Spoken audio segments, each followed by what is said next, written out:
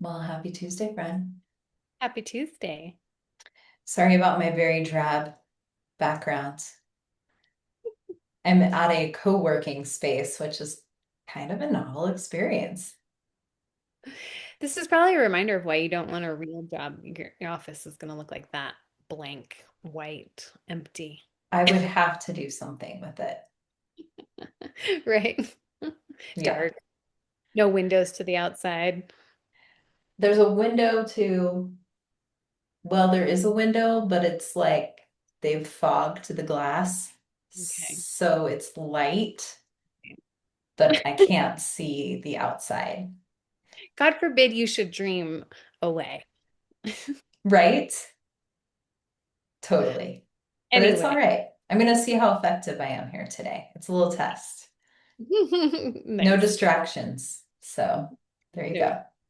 No. Yeah. Well, we just had a little chit chat about this topic, which is really funny because just in us catching up, we realized that, of course, we've been experiencing our own variation of this in different realms. Same feelings, different realms, which is what to do when you feel discouraged. Yes.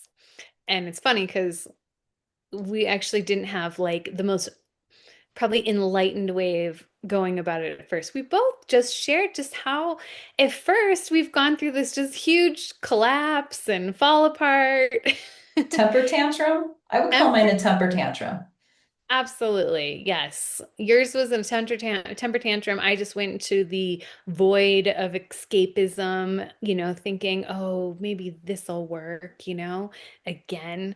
And actually, in my case, I actually knew exactly what was happening and was just choosing. You said that I consciously went there, and I suppose we could call it that. That might be a nice way of saying that I tried to escape and avoid all the different feelings and emotions that were coming up when this particular area of my life was feeling like it wasn't happening, it wasn't working, it wasn't showing up. And so, but we also did get some enlightening, I think, wisdom that came out of that. Us meeting Was our shadow. wisdom from the other side. Yeah, I'm laughing because you went avoidant, and I would say that my response was quite anxious. And here's the thing. I mean, same thing, right? Like I had tools I could have used, but no, I kind of just wallowed in it for a Yeah. second, Mhm. which I was sharing with you. I just saw something today that captured my eye because it was saying the one thing we don't wallow in, and it was hope. But sure as shit, we spend a lot of time in hopelessness. Yes, totally. Yeah. It's sneaky for sure. And yeah, it took me all the way till this morning till I had this little light bulb happen, a little light bulb moment. I'm pretty sure I've had this light bulb moments many a time in my life, but it's funny how when it turns on, it always feels like a new thing, right? It's the remembrance. Yeah. And there was this part of me that was really contemplating, and this is in relationship to the question of like, you know, kind of keeping your heart open for partnership, looking for partnership, but then when it's not showing up, the tendency to get so discouraged to just completely turn off and be so done and be like, maybe I just don't need a partner. And that's how I was feeling about this particular endeavor in my life is I'm like, maybe I just don't need that. Maybe I should just like let it go and escape from it when in truth, what I noticed was that escapism was amplifying it. So it's like, oh wait, I think that somehow I'm escaping from it, but it's just amplifying. And the only way to actually have any hope of moving out of it is to try again, to move towards that. Because otherwise, wallowing in the hopelessness, it just unfortunately, wallowing in the I'm never going to find a partner is just going to keep you longing there, right? And I notice it's like this subtle, just heavy, dense, or it might not even be subtle energy that turns into such it's not very attractive to be around, right? I wasn't feeling like my energy was very attractive, Mine right? wasn't. Yeah. Yeah, it's not attractive. And so, we're bringing this to the table because, everything that we talk about is really not just about relationship. It's about everything in our life. And we're just working all of the things through relationship or otherwise. I always like to think we're in relationship with life. So if it's going to show up in one area, it shows up in the other. And I shared this quote, and you're like, I literally just said that yesterday, which is wherever we go, there we are. Like you can't avoid it. I mean, I do remember, I mean, it wasn't all that long ago that it's so funny too, because I don't think I was even really actively dating, but I kept finding myself in situations with people where I was feeling discouraged. And I think it's because they were just showing up, but they weren't like fully aligned for me yet. And one of the things that I actually did, that's when I started my experiment, was actually just in a desire, aside from creating a process and doing some research for this group, was to prove to myself that there were good humans out there. Were they the right ones for me? Maybe not. But at least I was proving to myself that they existed instead of just wallowing in that. Everyone who's single sucks, which I think we can so easily go to when it's not working.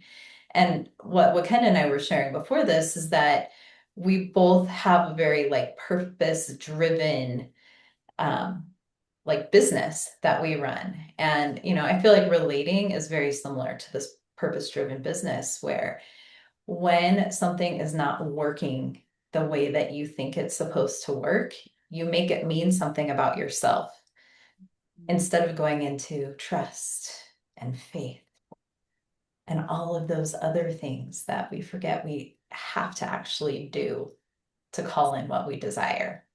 Yes, yes, to exercise that muscle. And it is a muscle and why it's hard, why we have to keep doing it. I mean, I know that like when I take off from the gym after a while, it's like hard to re-exercise. Like it doesn't just stay strong like on its own. I Like mean, even yoga, and I love yoga, but if I take a break, I will watch myself like resist doing oh, yoga. And then I always feel like after I do it, I'm like, oh my God, that was amazing. I should do this more often.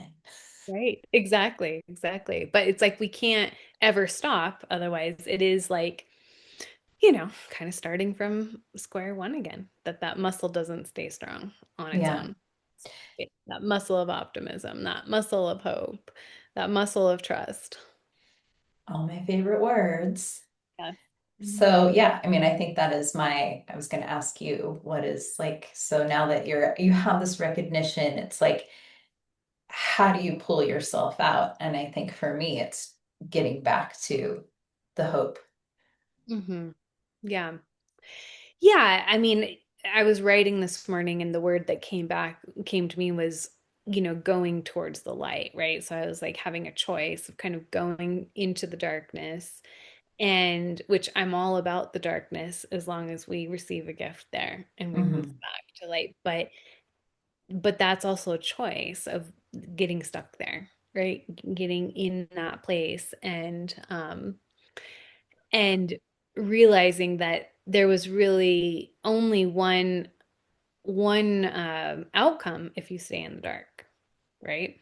But at Yeah. least when we move towards the light, we have possibility, right? And it's like it's just moving towards that in whatever way. So for me, I think it comes in all different ways where I recognize, okay, the avoidance, the escapism comes in these unhealthy ways.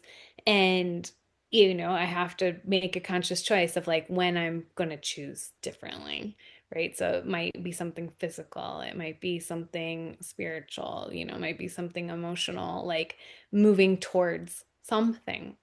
Yeah. Even, just the writing, like this morning, like it's something I kind of had, y'all know how much I talk about writing, and I hadn't written in probably like a week and a half.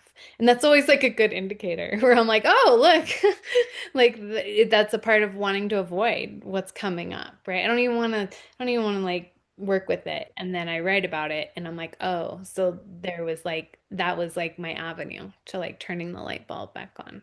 And Hmm. okay. Yes, shift the energy. Yeah, I'm thinking I was sharing, I did a little primal wildness ritual with my guys last week. And like most of them, the takeaway was, I need to move my body more. And I was Mm. writing about stress this morning, actually, and talking about how important it is to like shake it off, to do things to shift the energy. And I also want to celebrate, and I think you can probably do the same. The place I went this weekend in my past life, like a decade ago, I think I would probably still be there. Like it probably would have taken me out for an entire week. Yes. I moved through that shit in a day, Yes. you Yes. know? And that I think that that's always like the recognition of like celebrating, yeah, where you have come. Like I was actually telling my husband that last week is that, or last week, yesterday, is that Yesterday, last week. is that those darker times used to last a lot longer and they were Yeah. harder to come out of. And as I've gotten older and practiced more, that now I tend to use the word shadow diving. So I it's my word for depression. So if I'm feeling depressed, that I don't necessarily pathologize it anymore as a Yeah. bad thing, even though I do feel bad about it in the moment. Like it's not to say that I don't, but if I like, I'll just reframe it and go, "Oh, I must be shadow diving. I'm going back into something again. It's reminding me of something, it's showing something for me, so that that we have that remembrance that each of all these things are just layers for us to look at again, right? As soon as we get triggered and activated again, especially like, in dating or otherwise, like we're dealing with all of the feelings of all the letdown, the rejection, the unworthiness, and so I just those shadow parts of ourselves that we'd rather not look at. And so now instead of saying I'm depressed, I'm like, oh, I'm shadow diving for today. It really sucks, but I love that so much. I'm getting something from this. I don't know what it is right now. Right now, I just want to watch some TV. Right? Well, yeah, I'm even thinking we've talked about this before, but it's like the spiral. And when you hit that point, often you're like, I think the tendency is to go back to like, oh my God, I'm right back here. But actually, no, like even when you're touching upon that same point, you've made progress. The Yes. loop is smaller, and there's still something there. There's still a lesson there for us to learn.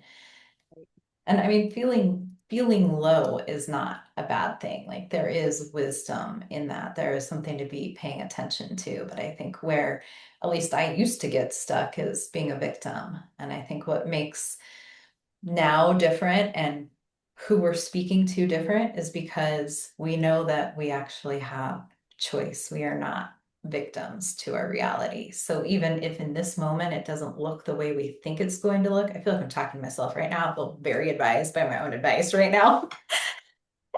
It's like the universe is still conspiring in our favor Yes. and you Yes. can't mess up. Exactly. And things happen in divine timing, and it might not be the way our human minds think it should be. Yes, yes, and our constructed programming of how things should look. I mean, to your point, I was just writing about that this morning to myself of, that my soul is on a particular soul journey. And when I get caught up in the comparison with somebody else, right? Oh, they have, the love of their life, or they have the job of their life, or the career, the success, which we none of us even know if that's totally true. But, Right. you get caught up in that. And like the reminder that like whatever I'm experiencing at my own pace and my own time, is I have choice. And then also there's a part of my soul's journey that's having its journey. And so there's some of it that's not totally up to me and that it's like totally okay. Like Right. it doesn't have to complete something by a certain, you know, programmed human constructed timeline that we have made it to be. And I know that that's something I suffer with for sure. That I'm like, oh, but I don't know where I'm supposedly supposed to be like this or have that or whatever. Right. And then you get there and there you still are. Right. Like those things Like don't now what? necessarily, Yeah. Right, exactly. Yeah. So if you're feeling discouraged, you're not alone. It seems to also just be in the energy. There is an eclipse coming up later this week. So full moon eclipse, right? So great time to look at maybe even these messages that are no longer serving you, your internalized messages or timelines, anything that's actually creating more suffering in your life than it needs to be. Yes, totally.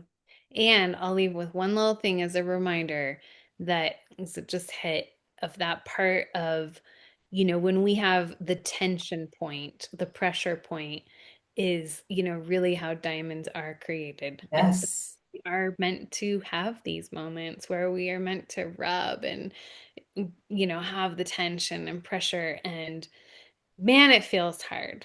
But I am ever reminded that that is that refinement process. And I do think that that is true. That is, that's the only truth I can make sense of.